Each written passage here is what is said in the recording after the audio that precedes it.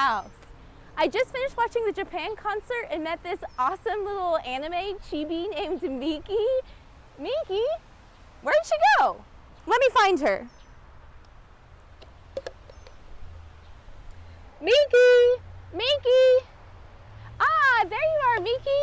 Meet my friends, the Sprout students. Yes, Miki, what's your question? Sure, Miki wants to join us on our journey as we learn about Japan. I think she should come with us. Actually, Miki, I'm gonna head to the Sprouts lab so we can get started. Will you come with me? Awesome. It's a beautiful day. Should I take my car or maybe a bike or a horse? Yeah, I think we'll walk.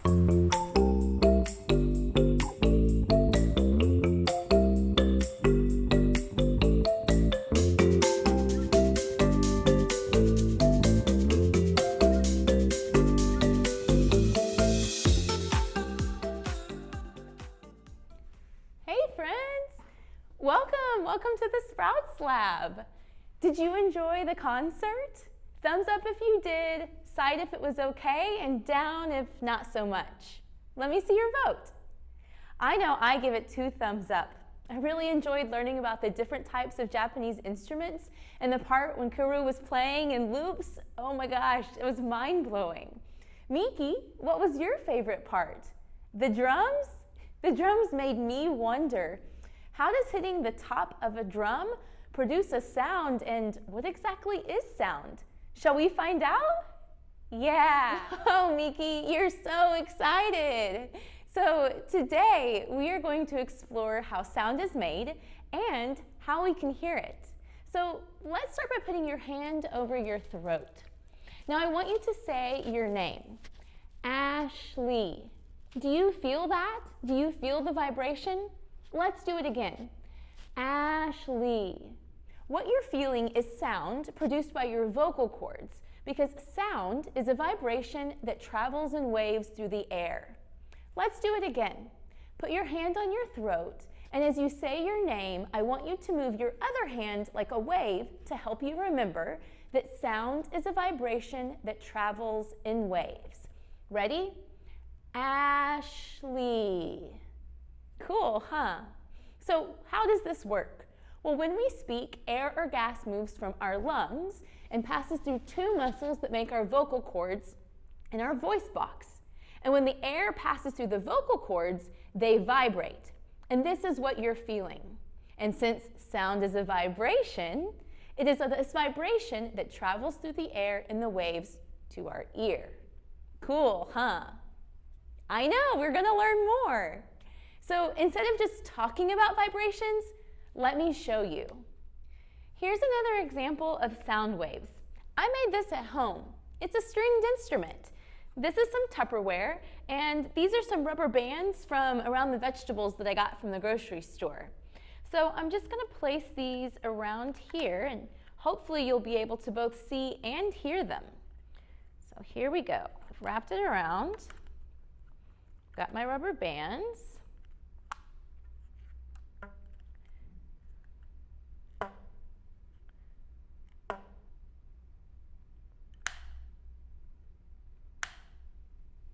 How are we able to hear sound? It will help us understand if we remind ourselves of the 3 states of matter. So matter is anything that has mass and takes up space and comes in 3 forms. There's really 4, but we're just going to talk about 3 today. The 3 states of matter are solid, liquid, and gas. But let me get my cart to help us understand. So solids are tightly packed molecules or atoms. Touch something solid, like your computer, your desk, or even this rock. Solids, like this rock, do not change shape in a container. Liquids take on the shape of their container. Let me get my water. When I pour water,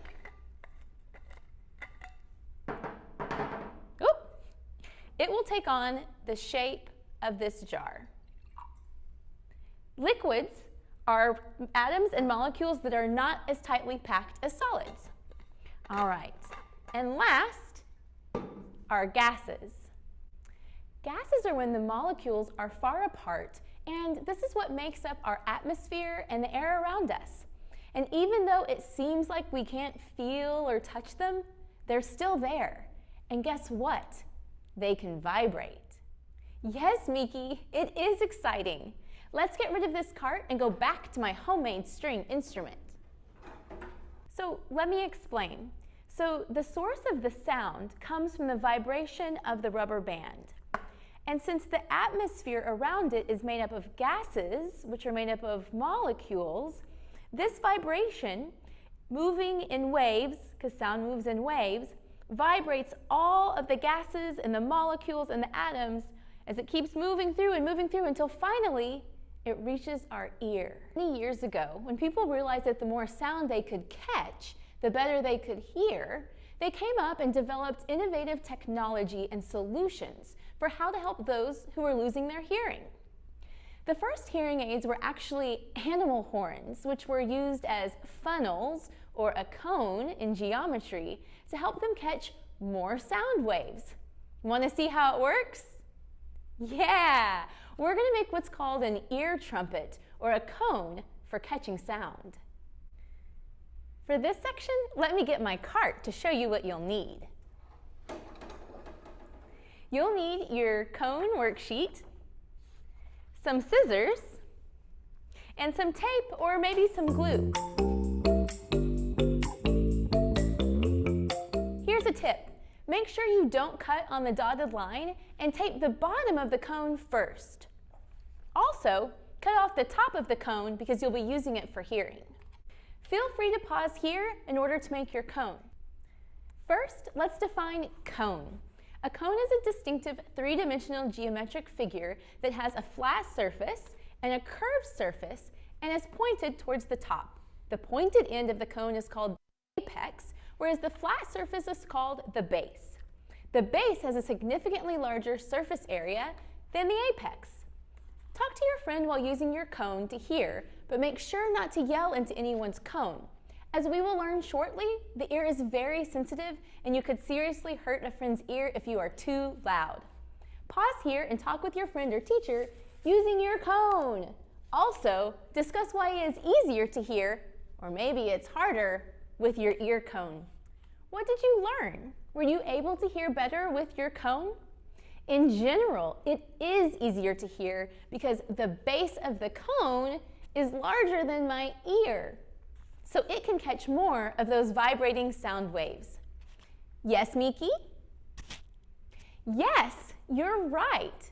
That is why when you whisper and put your hand around your mouth, not only can others not see your lips, but you're also keeping the sound waves from escaping when they travel from your mouth to the other person's ear. Nice work, Miki. Now that we know how our outer ear is designed to catch sound, let's learn about how the ear is actually like a drum. Maybe we should head back to Hemisphere Park to play those drums. What do you think, Miki? Yeah, let's go.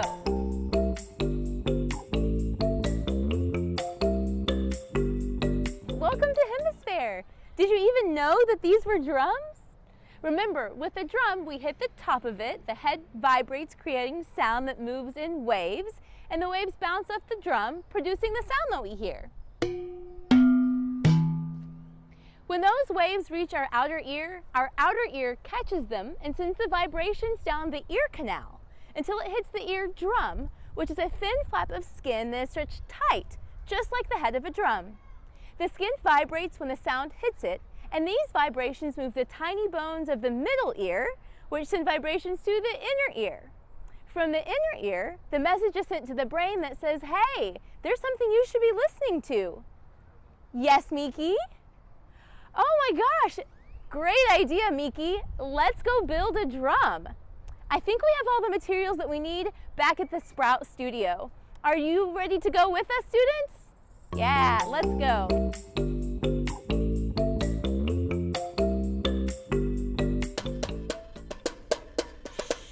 Do you hear that? Who is playing drums? Miki! Miki! Miki! Was that you? That was you playing drums? That was awesome. So now that we have our drums, let's all put them into practice. In the concert video, we learned that in Japan, the percussive artists use phrases or words to sing the parts of the instruments. So today, with a partner or a group, I want you to come up with 3 words or sounds to represent hitting the top of the drum, the bottom of the drum, and silence or rest. The word should start with a consonant and end with a vowel, but let me get my whiteboard to help us. So remember, vowels are A, E, I, O, and U, and consonants are every other letter. So I'm going to come up with a couple of examples. So let's see here. I'm going to do ra, a consonant and a vowel, ki, a consonant and a vowel, and we'll do su, a consonant and a vowel, where ra is going to equal the top of the drum, ki will be the bottom, and su will be my silence or my rest. Now I'm going to use these words to make a song, or really more like a rhythmic pattern. Let's see here. Where did my drum go? So I'm going to do ra, ra, ki, ki. So ra, ra, ki, ki. Let's do ra, su. Ra, ra, ki, ki, ra, su. I kind of like it. Can you play my drum pattern? Give it a try. Now it's your turn. Make up a rhythmic pattern using any consonant and any vowel to equal the top, hitting the top of the drum, the bottom of the drum, and for silence or rest. Then give your pattern to a friend and see if they can play your song. Have fun. That was fun, wasn't it, Minky? Okay, you what? You want to go to the river? Why do you want to go to the river? I guess we'll have to find out next time.